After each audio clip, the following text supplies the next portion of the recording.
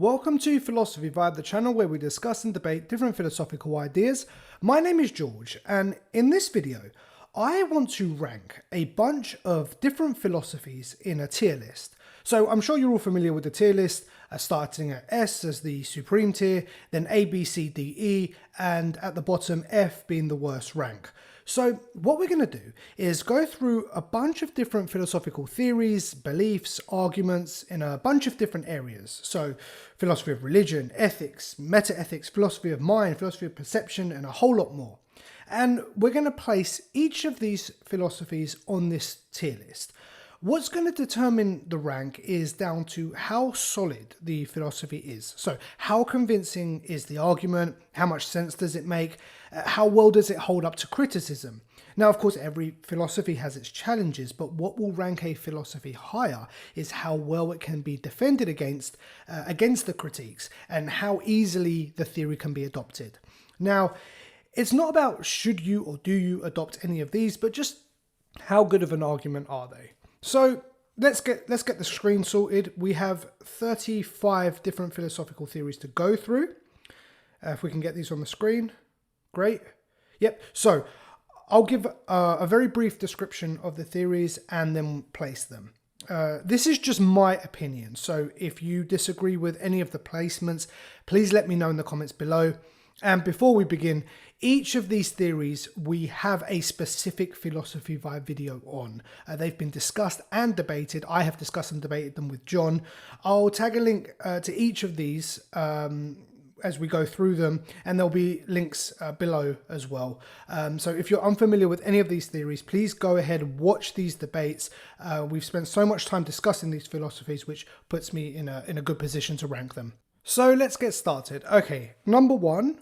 Let's start with the teleological argument. So an argument for the existence of God.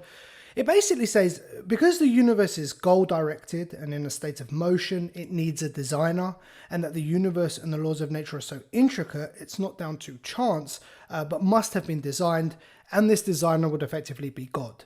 Now, I'm going to place this in the C category, a middle tier theory. It is quite convincing because, yes, the universe is intricate. Intricate things do need a designer. Paley's watch analogy is a good example of this.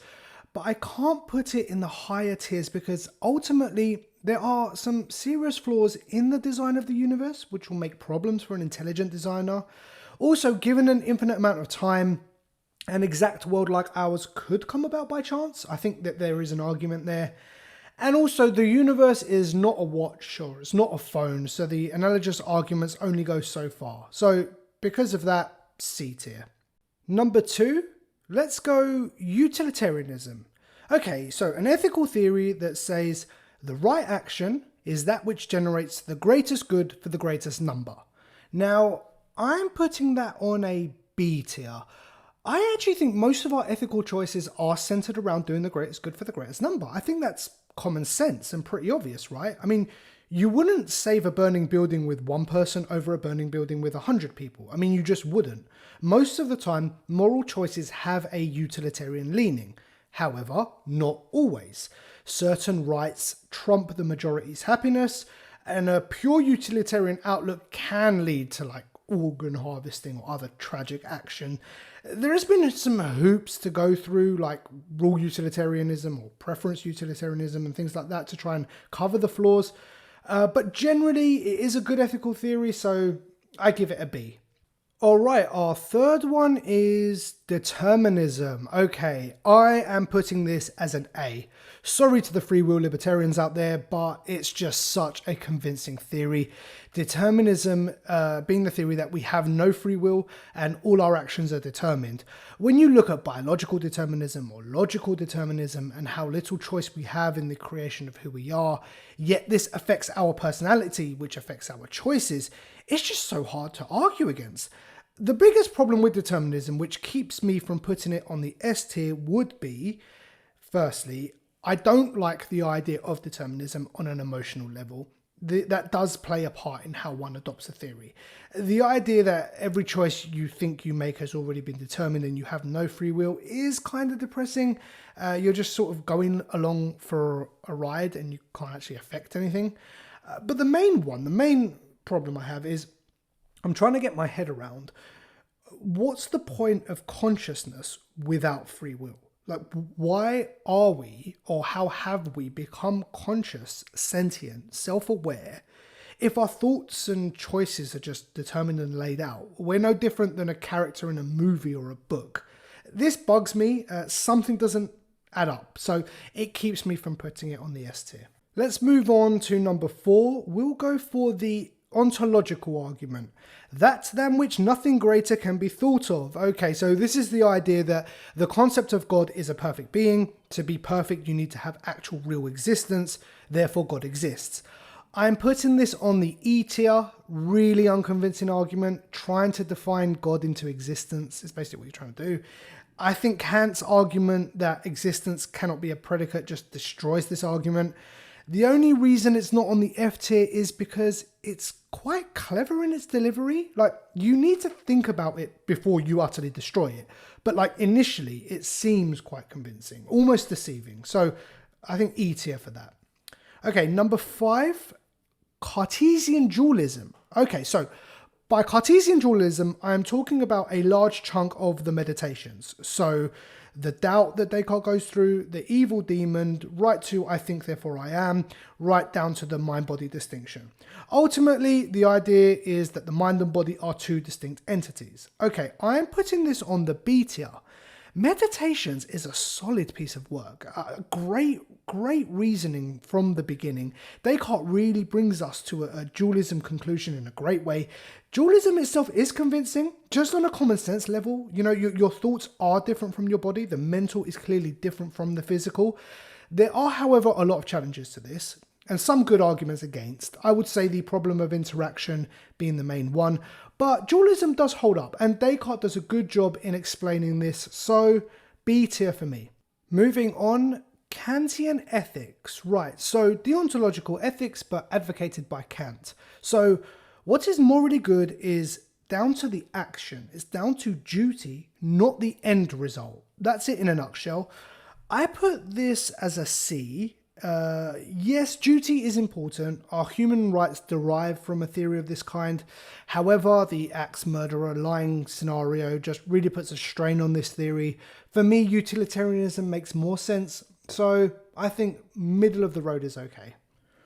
Right, okay, next we have, let's go, non-naturalism. Can also be referred to as Intuitionism. So some meta-ethics here. This theory claims that moral language cannot be reduced to any natural language. So it cannot be defined, but we just know right and wrong based on a moral intuition. I'm going to be generous here. I'm giving this a B. I think a moral intuition really makes sense. Like, we don't need a god to know morality. We don't need books and essays about right and wrong. It's just in us. It's just natural. Like how we see rotting meat and we feel sick. And we see murder and we just feel it's wrong. We just know it's wrong. Obviously, there's always moral disagreements, which poses a problem for a universal intuition. And the intuition itself is kind of metaphysical. So I don't think it can go past the B tier, but it is a convincing theory, and it takes a lot of the legwork out for ethicists. Okay, let's stick with ethics, and we'll go virtue ethics, specifically Aristotelian ethics. The idea is we shouldn't really discuss moral actions per se. It's about living a virtuous life. It's about how you should live. Aim towards your purpose of reaching eudaimonia, so like being a good human, live by the golden mean and practical wisdom. I'm putting this at a C. I like this theory, but as an ethical theory, it's like average. Maybe as a life philosophy, sure, but for ethics, you have some problems. It makes sense. It does. It's quite convincing, but Aristotle gives these 11 moral virtues to live by, like courage and modesty and there's others, but there's like so many meta-ethical problems with these. They sort of leave you with more questions, I think. But I do think there's a lot of good lessons here. The golden mean being the main one, a great philosophy to try and live by. So yeah, I would say a C tier. Okay, so what's that? What have we done so far? Is that 8? So 8. Okay. Oh wow. So we still got quite a few to go to. All right, let's go back. Let's go back to the screen. All right then. So let's stick with ethics, and we'll go situation ethics by Joseph Fletcher. So treat each situation by doing the most loving thing. So live by agape. Do what's best for your fellow man. You may say I'm being harsh here, but I'm gonna give this an E. It's a bit lazy. It's like utilitarianism meets Jesus, do the loving thing, but for each situation, like sure, but what is the loving thing? That's why we turn to ethical theories. Like, I don't know. I'm not convinced by this. E tier. Okay, moving on. Let's get off ethics for a bit and we'll go to philosophy of perception and we'll look at John Locke's primary and secondary qualities. The idea that half of what we perceive is mind dependent. So when we look at an object, this object will have primary qualities. The primary qualities are the shape, length, size, quantity. These all exist in the external world. However, these primary qualities have powers that create secondary qualities in our mind. Now, secondary qualities are things like taste, smell, sound, and color. These are all products of the mind. They are not in the external world. They are solely ideas. So I'm giving this a B. I love this theory. It makes total sense. It's more or less backed up by science. Why it doesn't go further than a B is because it's ultimately an indirect realist theory. And so we're trying to understand an external world where half of what we perceive is apparently only in the mind, and all we immediately perceive is just our own ideas of the external world. So then do we even need the external world? So anyway, that's why it stays at a B. Next, we'll go the cosmological argument. Back to philosophy of religion. Right, everything that exists has a cause. The universe exists, so the universe needs a cause. We need something beyond the universe to cause it. This thing needs to be an uncaused cause, the first cause, so this must be God. I'm actually going to give this a B. Definitely better than the other logical arguments for God. You know what? Cause and effect is quite convincing, right? It's ubiquitous. That's how we understand science. And scientists are fairly confident the universe began to exist, so it had a beginning. Nothing comes into existence uncaused. So I think it's fair to argue that the universe needs a cause. Also, the Kalam version is really convincing. The logical problems of an actual infinite universe and all of that. But why it stays at a B, we are giving God the uncaused powers, which really we could give to the universe itself, right? Even though this universe came into existence, say at the Big Bang, it could have come from an infinite super universe that caused it. So there's some issues here. It stays at a B. Right, so sticking with philosophy of religion, we come to the problem of evil. If God is all loving and all powerful, why is there evil in the world? Okay, I'm giving this an S, right? This goes on the S tier. Here we go, our first S tier. This argument is devastating for the classical theist. I mean, the mental gymnastics to try and overcome this is crazy. The Irenaean theodicy, the Augustinian theodicy, the free will argument, you can't overcome it. I'm sorry, if God is benevolent and omnipotent and omniscient, you really shouldn't have a world with so much pain and suffering. Yeah, so problem of evil, S tier, hard to argue against, very convincing. Okay, back to philosophy of perception, and we'll go for Berkeley's idealism. Evolving from Locke's primary and secondary qualities, forget the primary qualities, okay? All of reality is in the mind, everything is mental, everything we see or experience are just mental ideas, there is no external world outside of our minds, and something only exists if there is a mind there to perceive it, okay? To be is to be perceived. I love this theory. This is what philosophy is all about. Okay, reality is all in your mind. I love it. I'm putting this at a B tier. Okay, same tier as Locke's primary and secondary qualities, but I would say it's stronger than Locke's because we don't have that veil of perception.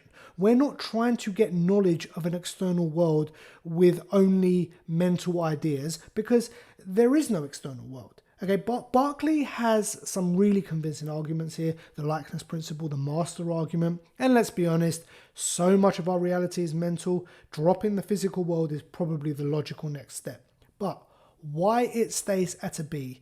The continuity argument is tough on the theory. Okay, why would a candle burn if no human is there to perceive it, or if there's no physical world? And it relies too much on God sustaining everyone's mental ideas. So if you're an atheist, this theory just doesn't work. So it stays at a B. All right, next, emotivism. Some more meta-ethics. Morality is just human emotion. When someone says murder is wrong, all they are saying is, I dislike murder. Just expressing an emotion, right? Nothing right or wrong about the statement. Murder is wrong as a statement is not right or wrong, it's nothing. In fact, statements can only be true or false if they meet the verification principle. Analytic or synthetic statements only. Otherwise, they are meaningless statements, and so to say murder is wrong is just a meaningless statement. I'm giving this a C. It is quite convincing. All moral disagreements and moral differences are easily explained with this, just difference in emotion. We don't need to go past human experience to explain moral language. However, the theory is built on the verification principle, but fails against the verification principle. So to say language is only meaningful if it meets the verification principle, that statement doesn't meet the verification principle, so it fails by its own criteria. Devastating from a logical perspective. But the theory has some sense, so I'm giving it a C. All right, back to ethics. We have natural law. The idea that God has written morality into nature and humans have an instinct by God to recognize this.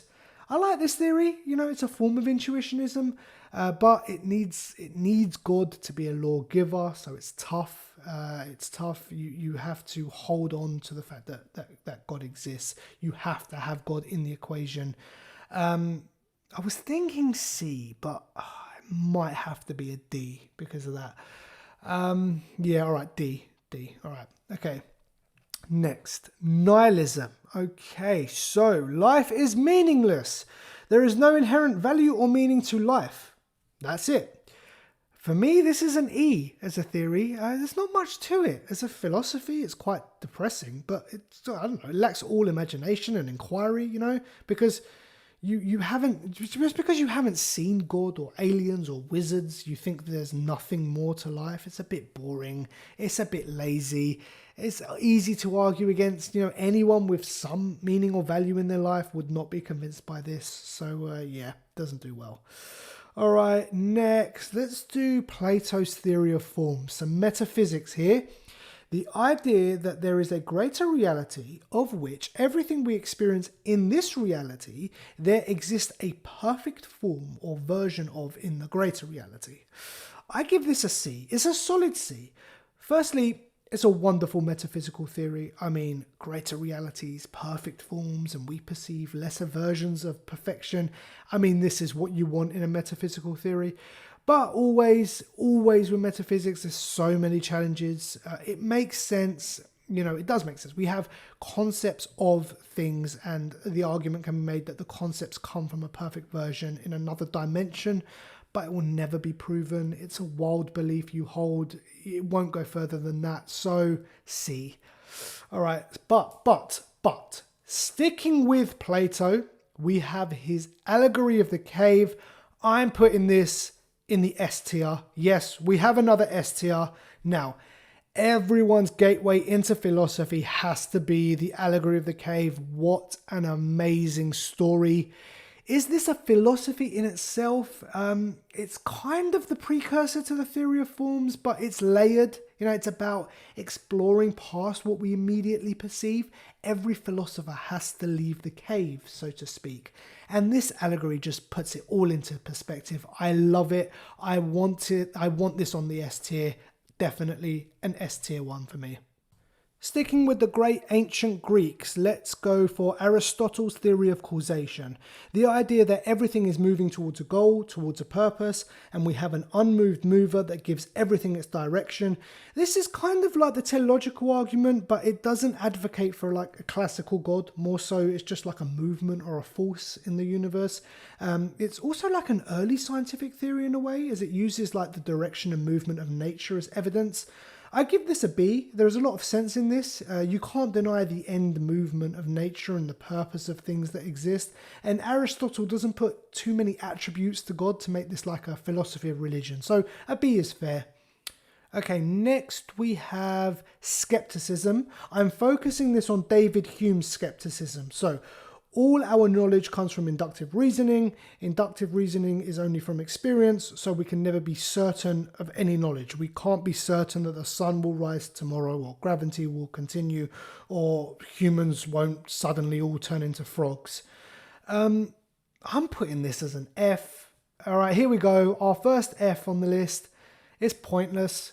What's the point of this? Oh, we can't trust our knowledge, so how do we know anything, or how can we do anything? Like, what comes from this theory other than being a bit edgy? And who honestly lives by this or believes it? Like, really, there's not a lot of thought behind this. It just trashes inductive knowledge. And so what? We have to live our lives with the possibility that we can all turn into mashed potato? I don't know.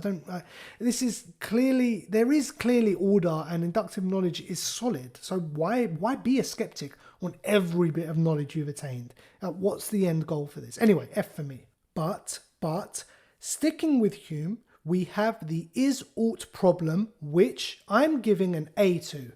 This is a great problem for ethicists. How can we derive oughts, so action guiding behaviour, from physical facts about the world?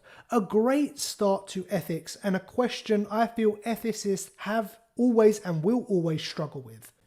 Next. Okay, pantheism. Guys, here we go. Another S tier. I love this theory. It makes complete sense. The universe is God. Of course it is. We can literally get atheists and I would say deists to agree. If we need a God to create the universe and God is infinite, then why not say the universe is God and the universe is infinite, and therefore God is everywhere because God is everywhere, and God is conscious because we are conscious, and we are a part of the universe and a part of God. It just makes so much sense. It's well defended. I love it. Pantheism, S tier, definitely. Right, back to religious ethics, we have the Euthyphro Dilemma. Is good good because God commands it, or does God command it because it's good? A great question. It either trivializes ethics or God's omnipotence, but it's definitely something a theist needs to think about. I'm putting this as a B. There is a debate about God being the good, and I think the theist has a way to evade the problem, but I want to look into it a bit more to wrap my head around it. Nonetheless, it's a great question, not so much a philosophy as a philosophical challenge, but I give it a B. All right, next we'll do existentialism. I have a soft spot for existentialism. I find it quite empowering, make your own meaning, forge your own existence. But I think I'm going to give it a D. There's not much to it. It's a follow-on from nihilism, but as a philosophy, there's just not much substance. And like I said, the second you have any sort of belief in something greater than the physical world, the theory doesn't continue. But if we move on to absurdism, I like this. I might be being a bit generous, but I'm going to give it a C. It's Camus' explanation of wanting to find meaning in a meaningless world that just makes a bit more sense, rather than just like there's no meaning or create meaning. The absurdist explanation of the human experience does hit home, right? We do want to find meaning, but we're in a silent universe. We can't find meaning, so the juxtaposition gives us this absurd reality. It makes sense. It does fall short. I think a C is generous, but I'm sticking with it. But as far as a philosophy goes, it's a bit weak. All right, okay, what we on now? There's 10 more to go. Okay, 10 more to go. We're almost there. Let's do it. Back to determinism, but specifically theological determinism. And people, we have another S tier. This is a solid argument. If God knows everything, he would know the future. And if he knows the future, then the future is determined, of course. How can God know what I will eat in 20 years' time if it hasn't been determined? So if you believe in an omniscient God, you have to be a determinist. Now, there's some argument about God perceiving time in a non-linear way, and it tries to allow him to see the future whilst we still retain our free will. It's a weak argument. No, I'm sorry. Theological determinism is powerful, it's convincing, it's an S tier, definitely. So let's go back to ethics, and we have moral relativism. Okay, so the idea that morality is just relative. No universal truth, just down to culture, and it's relative to the culture or time period that you're in. I'm giving this a D. It does make sense. It explains moral diversity, moral disagreements, and moral changes. But it also simplifies morality down to like just almost like culture or ritual or celebration. It dismisses the idea of moral truth or finding a moral truth too easily. All right, let's go now. Kant's Transcendental Idealism. So, building from Berkeley's Idealism, but taking Locke's indirect realism, and we have Kant's version, which says that we perceive reality through a spatial temporal lens. Time and space are effectively mind-dependent ideas, and our perception shapes and orders the external world we perceive. This is a great metaphysical theory. I'm putting this as an A. Kant does a great job here. So we have the indirect realist element, but with this time and space spin on it. And we kind of understand that time is relative, right? And it's a personal experience. So this blended in with the philosophy of perception makes it a really interesting theory. Next, we have simulation theory, the modern day version of idealism. Now, I am a fan, but I can only give this a C. It is compelling, all right? It's the idea that we live in a computer simulation. We understand that humans one day will have the ability to create computer simulations with conscious programs. And when humans get this ability, they will most likely run millions and millions of simulated programs. So if that's the case, we would have one actual reality versus millions and millions of simulated realities, which means the chances are that this is a simulated reality. Okay, love the idea, love the maths, it is convincing, but the philosophy of mind component is not answered. I mean, to get to simulation theory, you have so much philosophy of mind to cover. Like, will it ever really be possible to create a conscious mind program with our level of sentience? Will these programs actually be alive? What is consciousness? It just falls short of all these questions or takes them as a given, so it can't go past a C. Moving on, Leibniz's best of all possible worlds argument. Okay, so back to the problem of evil. It's the argument that God did in fact create the best possible world he could have. So I have to. This is an F tier. Sorry, but how can you really think an omnipotent being cannot do better than this? I'm not saying it's all bad, but come on, we're talking about omnipotence. Things could be better. It's a weak argument, easy to argue against. It doesn't hold up. F tier. Right, next, let's go back to existentialism, and we've got Kierkegaard's 3 stages of life. This is interesting. There's some wisdom behind this. I think the idea of the aesthetic stage and the ethical stage and the religious stage does make sense. But as far as the philosophy goes, I don't know. There's not much meat there. This is like a life lesson sort of thing.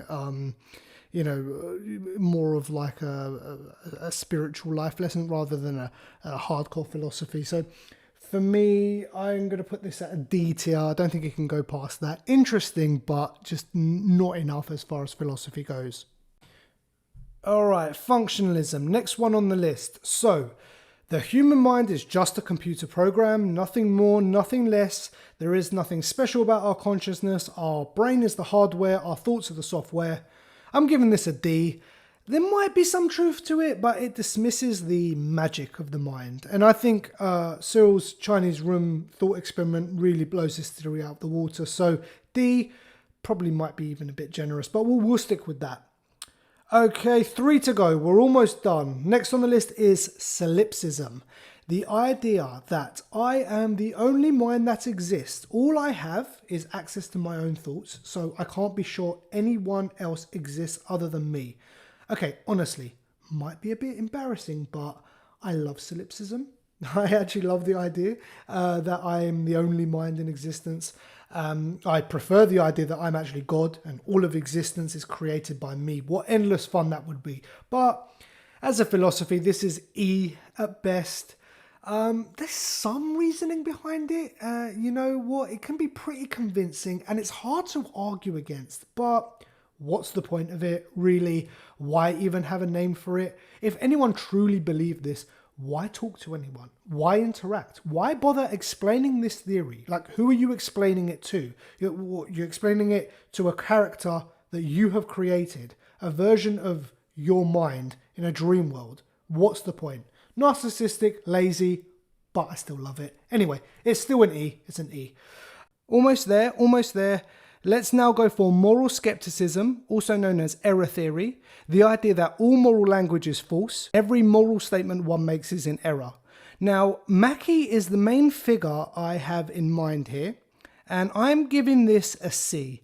Mackey's argument from relativity and queerness are good arguments, and this is stronger than moral relativism because we have the moral language component to it, and it doesn't try to assign any truth to morality the way moral relativism tries to assign like relative truth. But always with skeptical theories, it trivializes the importance of truth. It just gives up because there's not a blatant moral fact, and life is not that easy. Regardless of your ethical stance, we have moral judgments, and the point of moral judgments is to aim at truth. So to just claim all moral judgments are in error, then how can we take ourselves seriously when we have a moral judgment? And then why do we care so much about them? Why is morality so important? Why are we so passionate about our morals if they are all in error? Still, Mackey brings up some good points. A solid C philosophy. Last one. Here we go. Final one on the list. Quasi Realism. Another ethical theory. Moral language is not realist, however we treat it as though it is, so morality has a fake realism attached. This does actually make sense. I give this a B. It explains why we care so much about morality because we see it and treat it as though it's real, but it also explains why morality can seem to be relative because ultimately it is anti-realist. It's a nice blend of moral realism and anti-realism, as well as cognitivism and non-cognitivism. The problem is it tries to be both and is in fact open to criticisms of both. So whilst it can keep the benefits of both, you also launch both critiques at it as well. So I struggle to get it past a B status. That's it. There we go. Philosophy tier list. We just went through 35 different philosophies and ranked them all. I hope you enjoyed this video. If there are rankings you disagree with, you think I've been too harsh or too generous with any philosophies, please let me know in the comments below. And if you're interested in learning more about any of these philosophies, we have debates on each of these on the channel. I've listed each video below. Don't forget to like and share. And for more philosophical content, please subscribe to the channel. Take care. I look forward to seeing you all soon.